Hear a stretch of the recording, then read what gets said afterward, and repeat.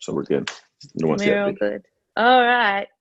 Hello and welcome to the Finding Proof podcast. And today I'm very excited to introduce to you my guest, Anthony Trucks, former NFL player, former American Ninja Warrior participant, and coach to entrepreneurs. Welcome, Anthony. I'm so pleased to have you here. Hey, It's a big leap. It's a big leap from NFL to Ninja Warrior to entrepreneurial coach. How did you make that journey? What a crazy story. No, man, it's difficult. Honestly, it was all by accident. I think everybody thinks it's an amazing plan, but NFL it's professional. It's our professional football team. Obviously, it's the big thing in the country. So NFL is like big in America. And the Ninja Warrior is big too. Problem is typically you don't go from a football sport where you're a big, heavy, muscle-bound guy to a sport where you're supposed to be like 150 pounds. Or like you guys, I don't know what you guys call them, kilos. Do you guys use kilos out there? Yeah. I don't know. 50 kilos? Call it 50 kilos? We'll call it that. Yeah, but like those little guys, and I'm a big guy in comparison, but I did well in the show. And then the thing was that was stuff I did on the side.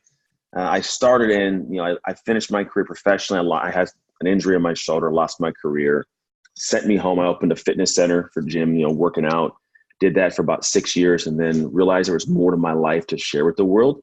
Mm-hmm. And the transition was just me opening up like my past, my experiences, what I could teach people going into working in psychology and not really psychology in a sense of like practicing it, but like studying it from what I could for how I could make sense of my past to then teach others how to navigate. So quick backstory, I grew up in foster care. I was given away at 3 years old as a little kid.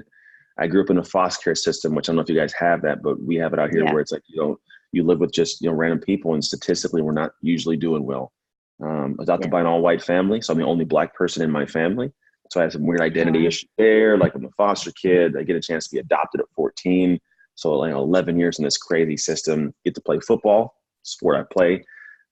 Was really bad at first, got better over the years, got a football scholarship to play at our university, our college out here. Played for 4 years, had a son when I was 20 years old, my sophomore year, my second year in, got to meet my real dad, also the same year, ended up going, played for 3 years and then lost my career to an injury, came home. I'd married my high school sweetheart. We had 3 kids. I now have a 14-year-old and 10-year-old twins. This was a while ago.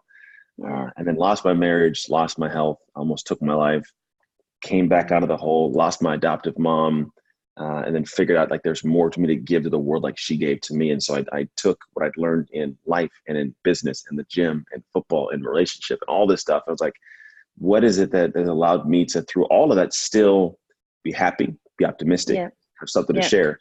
And so I say all that to say, I have navigated more shifts of my identity than I think anybody should ever have to, starting at 3 years old. And in doing so, I was able to figure out how to get to the next tier of the goals I had for my life. And so what I do is I help people do what I have done throughout my life, which is I upgrade my identity so I can reach the goal I want. And the reason it's so important is because your identity it's who you are, like how you operate when you don't focus on how you operate. It's just what you do. Like I go through I go through the process. And if you're always in a state of constant drudgery and pain of being forced to do something, it kills your soul. You never succeed at it. So how do you not stay the person you are trying to do these things, but then become the person who does these things and it goes on autopilot? And so I had to keep leveling up and leveling up. And so you asked how I got to this stage. It was like I had a realization that I had mastered this on accident throughout life by being forced to do it. Yeah. And then I realized there's a lot of value in teaching somebody how to apply whatever they need to their life to upgrade it, to upgrade their identity, to upgrade their life. Yeah. And here's what I find is nowadays, there is no shortage of information, no shortage of tools. It's too much out there, but people still fall short. In America, 53% of people are unhappy with their careers.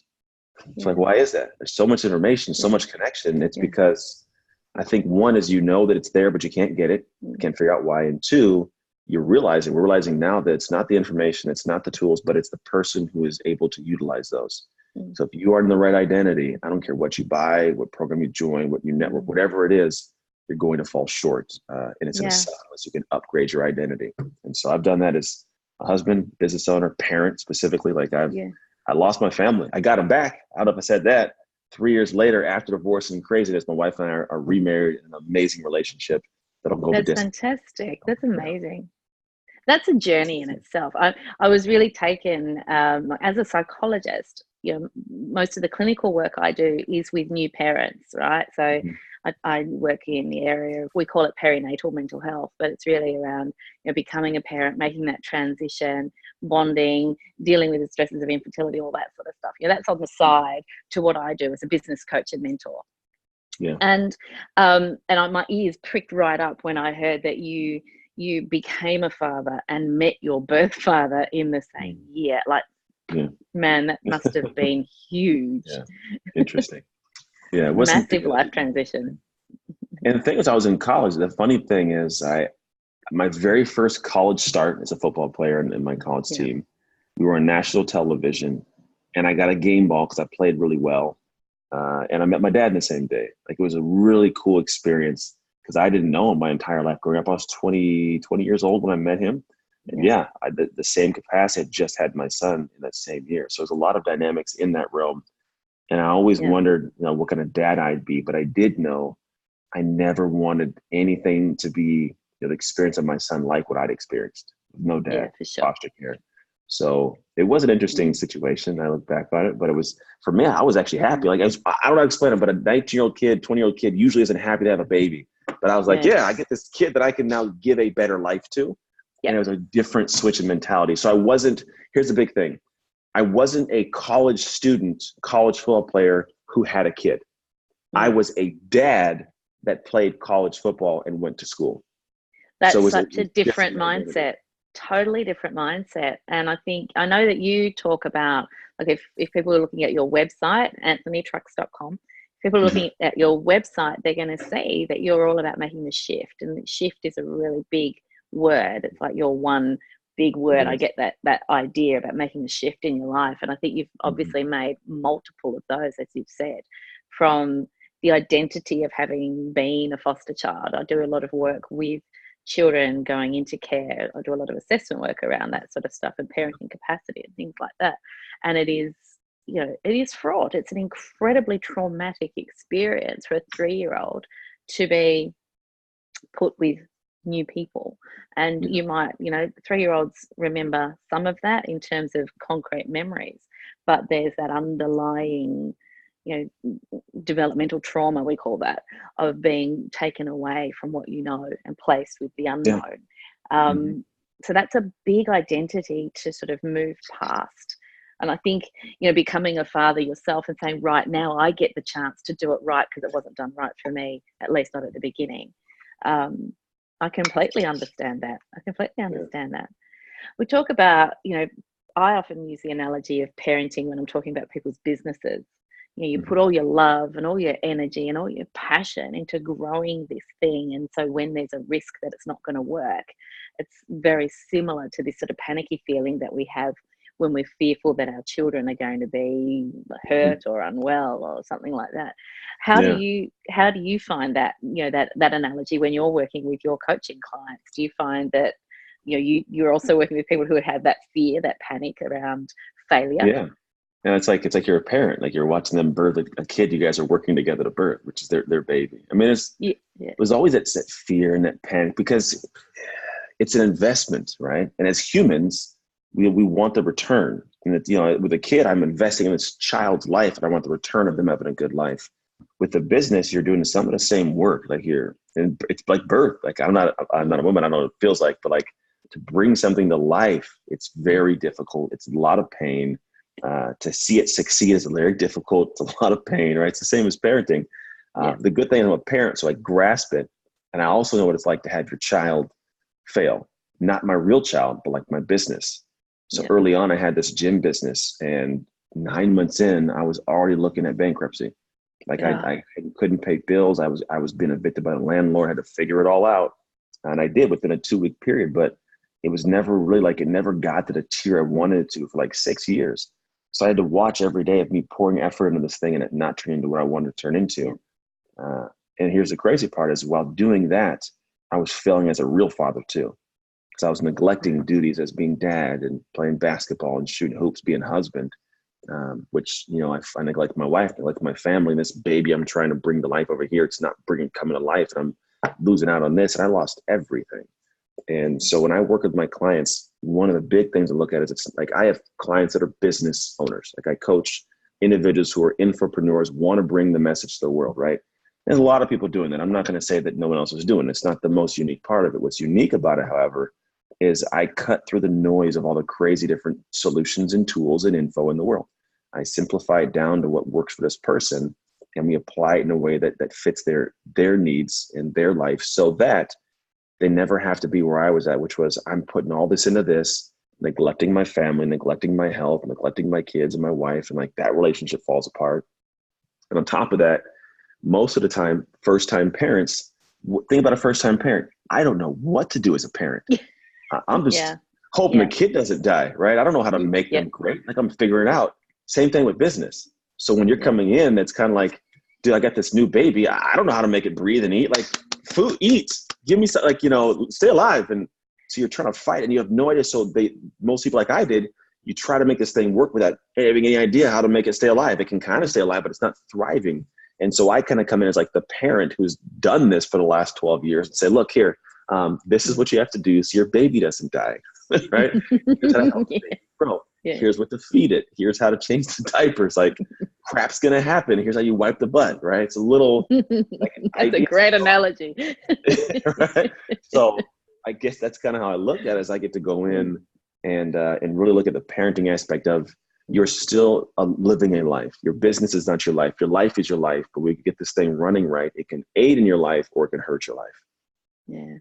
I love that. Your business is not your life. And I think that's something that so many entrepreneurs lose sight of, because it can be all encompassing. And I was listening to you talking and thinking about a new parent who spends every waking minute just staring at their baby, making sure it's still breathing, and that's what an entrepreneur's doing, staring at their bank balance, making sure it's still breathing. And it is all encompassing, but your business is not your life. And obviously that's the lesson you learned with your family, because you lost your family for a time because you let your business be your life. Man, you got them back. That's such a romantic story. I love it. It's so cool. And the funny thing is, think about like business. One of the things I noticed for a lot of people is they're in business, but not a business. And there's a big separation. It's like, I can go ahead and say like, oh, I mow lawns, but then I'm mowing lawns. I don't own a business. I own a job because I'm in business. And if you think about it as a parent, like the whole goal for me as a parent, a real dad, my actual physical living, breathing kids, is I want to allow them to be taught and coached and guided to where they can go out on their own and be autonomous, live their life. And the problem is most people in business are not a business. They're not parenting their business in a way to where they can step away from it and let it live on its own, which is when you can do that, that's when you get the freedom and control. If not, you just own a job. And if you own a job like that, you might as well get a regular job and let somebody else deal with the problems. So as you're building this business, be building it so you can set it out on its own, not sell it, but hire people to do the job so you can just come in and say, hey, you doing all right? Need a little bit of money, need a little bit of effort, right? And then they can keep living, the business can keep growing. But most people are raising kids like they're doing helicopter parenting on their business, and it's going to be bad for the business. So true. So true. I think that with a lot of my mentoring clients, it's a conversation we have a lot of the time, is learning to let go, learning to delegate, learning to stop trying to control everything, step back and let somebody else do the tasks so that you can be the CEO. You can take time on school holidays with your kids. You can have a sick day without the whole thing falling over. Exactly. And it is such an important lesson. I think that many business owners are so filled with fear of their business being a house of cards and it falling over at the slightest puff of wind. It feels like that, I think, for many of them. And fear is such a big issue. With my mentoring clients, I'm often talking with them about, feeling like that sense of isolation that so many business owners feel like there's nobody else they can talk to, because everyone in their business, of course, is below them. And they feel so isolated, and they don't want to acknowledge with other business owners that they're finding it difficult. mean, the Yes. fact that you can say quite openly, you're 9 months in, you're nearly bankrupt. I talk a lot about the ups and downs of business and navigating the choppy waters of business, because they happen. All day, yeah. Normalcy. all day. It's supposed to. I think it's. Yeah. I think because the market changes faster than it ever has now. That's it. And you have to be fleet-footed. You've got to be quick thinking. You've got to have a big vision, but you've also got to be able to respond quickly. I think. Yeah. That's you'd have experience of being agile on the field, and you've got to apply that knowledge and experience. I often say to people, actually, you don't get on a roller coaster and expect it to go round and round in circles. It's going to go up and down, and that's what business is. Mm-hmm. So tell me about, before we were recording, we mentioned the idea of your experience of having been coached by, in the sporting arena, having been coached and now being a business coach. Did you have coaches that, I'm sure that there are coaches who live up to the bad stereotypes, and I'm sure there are coaches who live up to the awesome stereotypes. But were there lessons from being coached that you apply now in your work? Yeah, I mean, there's always some of them are the biggest aspect of one. I think it's hypocritical to be a coach and not have a coach, or at least seek one out in some way. So I am a coach, but I have coaches. I have to. I realized early on, this is my fitness days. I could easily sit down with you, figure out what you want to work on, and write you a training program to get in better shape. I could never do it for myself. I've tried. I just know all the wrong, weird stuff. I can't, it's just too much to do. I can never do it. Therefore I get bogged down, I get stagnated, I get overwhelmed. And then it's just me keeping me going. And I'm a very motivated guy, but there's days where I get up and I can easily get busy being busy. And no one's holding Anthony accountable but Anthony. And then I could be like, I'll push off that course till next month. And then the month after, and no one's gonna know. And so what I do is I realize that all the progress I've ever had in my life has come from a coach, sports-wise. When I would get into a game or practice, I can get in there and do my thing, but I would do it wrong until someone said, no, do it like this. Because we can give a ton of effort in life. All of us, especially in business, can give a ton of effort, work on something, and then still fail at it over and over again. It's not to have somebody come in and say, hey, you're doing that wrong. And they can give you guidance because they can see it. And then you can make a tweak, and then I can go and do better, whether it's at actual physical sport or in coaching. And so what I do as a coach is one, I am aware of that relationship, and my job is not to be a yes man. Some people get into coaching when they want to make people feel good. And the way I want to make you feel good is you succeeding. And it's not going to happen if I'm always like, great job. Oh, that's amazing. Yes. And it doesn't work that way. Most of the time we get started like, no, that's not good enough. But I did. Okay. You're welcome to have your response, but I am telling you that what I am seeing, it's not good enough. And if I see it that way, the person that's going to pay you money is not going to pay you money. So it hurts to hear, and I'm never rude about it. But the reality is you need someone that'll tell you what you need to hear. And a real good coach does that. And I know that because in my football days, there was no shortage of cuss words and put downs to make me do better. Right? I've never would ever cuss people. I'm very respectful of humans. But as a coach now, the coaches I hire, they have to have the ability to press me. And I always respect them. I let them press me because obviously I'm a guy that can communicate. I can easily talk to myself in circles and make them like, well, maybe. But the guys that I hire and the lady, like when I sit with them, I tell them what I'm doing. They'll break. Hey, no, Aunt, I know who you are. That's not good enough, Aunt. Do better. Have us done by this. I got my daughter's thing. Just get up earlier, Aunt. All right. So I need people that can press me. And then I do the same thing with my clients. And I'm not a fit for everybody. I totally get that. I'm not a drill sergeant. But when it comes to coaching, I realize the massive benefit of it if it's done right. If you're just a coach and you're hanging out, there's no benefit. You're just wasting people's time and money that they spent hard-earned time putting out. So I hate the feeling of not being a solution for somebody. So I tell people early on if I can or can't help them. And then when I choose to help them, I'm now invested in this with them. It's like I said before, I'm like a grandpa now. Like I want to help you birth your baby out, because when I get to see that, now I get to celebrate like, hell yes. Like I had a client today call me. So today's I signed a client on, and the client that was the original client who told somebody else, they're all three now clients, which is really cool. But he had a speech today. I just got a testimonial from him, and he killed a speech. He sold all of his books. He had to send people to Amazon to buy more. And like that, I get chills thinking about how damn cool that is. phenomenally awesome. human. Like, cause you get past that, like, Mm. cause a frustration gets built up with, I know I'm supposed to be doing more. I know I'm good enough for this. Why is nothing working? And it's not a strategy thing all the time. It's not a tool thing. For him was like, I need you to do this and then say this and then do this, but I don't know. No, Mark, do this. Okay, he does it. And now he's like, holy crap. He called me as soon as I was the first person he called off stage. Didn't even call his wife. He's like, dude, it worked great. It's amazing. He's excited. And that's amazing. So I got to see one of my grandchildren, hit the stage today.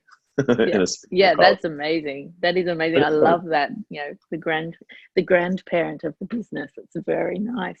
So I guess, with the people who work with you,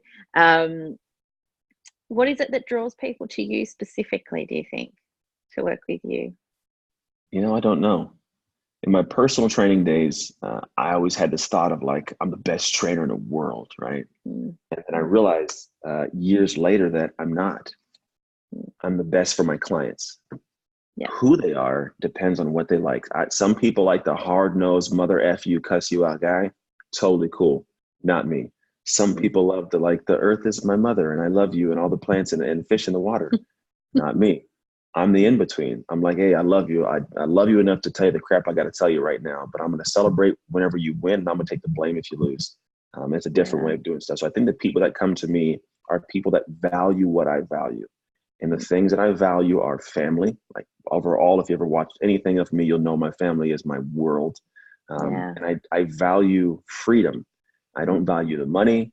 I don't value any of that stuff. I value freedom to do what I want to do. What's great is I want to impact, I want to serve, I want to coach. I realize that income allows me the freedom, but I'm not looking to get you to join programs or join my coaching to make money. I'm looking at it to where I can create the freedom of my heart to coach you at a higher level, to call you to a different stage, to help you shift your identity. And so for me, like, that's why people come to me, is because they value the family, they value the desire to actually impact people. Obviously, finance are a part of it. You don't have the money, you can't make the message grow. But I'm not trying to buy a Ferrari. Like, I'm not trying to go and buy a yacht or a boat. Like, it's not Anthony's. It's not my kick, man. I want to go and set up my kid's soccer game and not be worried about the mortgage being paid. I want to go and take trips with my kids and have them see the world that as a foster kid, I was never going to see. And though I do that because I'm able to help other people do that. Yeah. Yeah. I love it. I think that's so true. I think that there's so much, so much noise, social media in particular, and I am a voice on social media too, but there is so much noise on social media around the entrepreneur lifestyle and, the travel and the yachts and the things and all the bells and whistles, and not enough about what quality of life you have if you have the freedom to choose. And I think about people who are stuck in jobs that they hate. You say 53% of Americans hate their job. That's 1 in every 2 people is spending most of their waking life miserable, and that breaks my heart when I think about that. So having the freedom, having the opportunity to choose how you spend your time, how you spend your money, how you spend your time with your children. My oldest son, we've made a decision to start homeschooling. He has specific learning needs. He's a really smart kid, but the classroom environment isn't working for him to do that, the flexibility to do that. Whereas so many parents couldn't, because they would be having to do the 9 to 5. That's what I grew up in. My parents grew up poor. Like seriously, used to go in the garage, roaches in the garage, mice in the pantry, no food. Like dinner was McDonald's, 50-cent or $1 hamburgers. Like that's world. So I know what that feels like, and I don't want my kids to experience that. And I think this is a big thing too. I think a lot of people in society is a weird, like, hidden wheel it's moving. And what it is our parents work really hard. Back in the day, it's valued to work really hard to give your kid all the opportunities in the world. And I think I feel like we're looking at 3 generations later, that you have a lot of people doing what their great-grandparents were doing, because they say, I'm going to work real hard so my kids can do whatever they want. So what do your kids see? You working real hard so their kids can do whatever they want. And then they work real hard so their kids do whatever, and no kids doing whatever they want. Whereas, like, for me, I work incredibly hard so my kids can do what they want. But what I'm working hard at is chasing a crazy, weird dream. My kids get to see me on TV. They see me on stage. They see me doing social media. Like as a Yeah. dumb joke running with my kid. Like I'm like, I got more followers than you on Instagram and I'm verified, son. And he's in high school. You know, it's like a dumb, it's a playful joke. But when he gets older and if he has some loopy, crazy idea, it's not going to be odd. He's going to have the freedom of dad to help him, the experience of dad to help him, some funding possibly if I've done it right, which I think I have, and we're good. But the idea is I don't want to have another generation that I look at of like my dad was. I kind of broke this mold of like, he just works real hard so I can survive. Yeah. And then all I know how to do is survive. I don't know how to dream. Yeah. Yeah. Wow. Yeah, having the freedom to dream. That's actually, I mean, that's what it's all about, isn't it? You know, it's what life should be about. We should be able to find ways. And I think that we're entering a new world, a new, it's interesting, you know, when you hear people talking about, oh, I don't know, screen time and kids in the digital world. And I don't know, I'm actually really excited for the future. I think the kids, you know, of our generation who grow up with all of this potential, as long as they're taught how to manage the overwhelm, sky's the limit. They will be a lot freer than our parents were, and certainly, you know, the struggle will be, I hope, easier to find their path going forward, because it's all there. The world is shrinking. You know, the world is shrinking. Yeah. You know, you and I are opposite ends of the planet having a conversation, as if we're sitting next door having a cup of tea. You know, it's easy, you know, and getting easier as time goes on. Yeah. Well, thank you so much for spending time with me today, Anthony. I've really enjoyed this conversation. It's not very often that I draw the analogy of parenting with business. I do with my clients, but, you know, on the podcast, we haven't actually, I haven't had the opportunity to really have that kind of conversation. I've really, really enjoyed this. So thank you very much. Your website, anthonytrucks.com. Yep. That's where people should head if they want to find out more about you and what you do. I love the photograph of you and your family. You just look thank you. joyful. It's a really warm, joyful image of you guys doing your thing, which is very, very We're cool. super happy. We have a weird, I mean, the big thing, we're very active. Like I do masters track, as does my wife. My son does track. My daughter does swimming. My son does soccer. There's a whole bunch of crazies. We're a really, really dialed in, tight knit family. It's fun to be able to hang out with them all the time. I love it. Well, thank you very much again for joining me today. Welcome. Hope we get a chance to talk again sometime soon. I'm sure you will. Take care. Okay. Now I'm just going to end the recording for us now.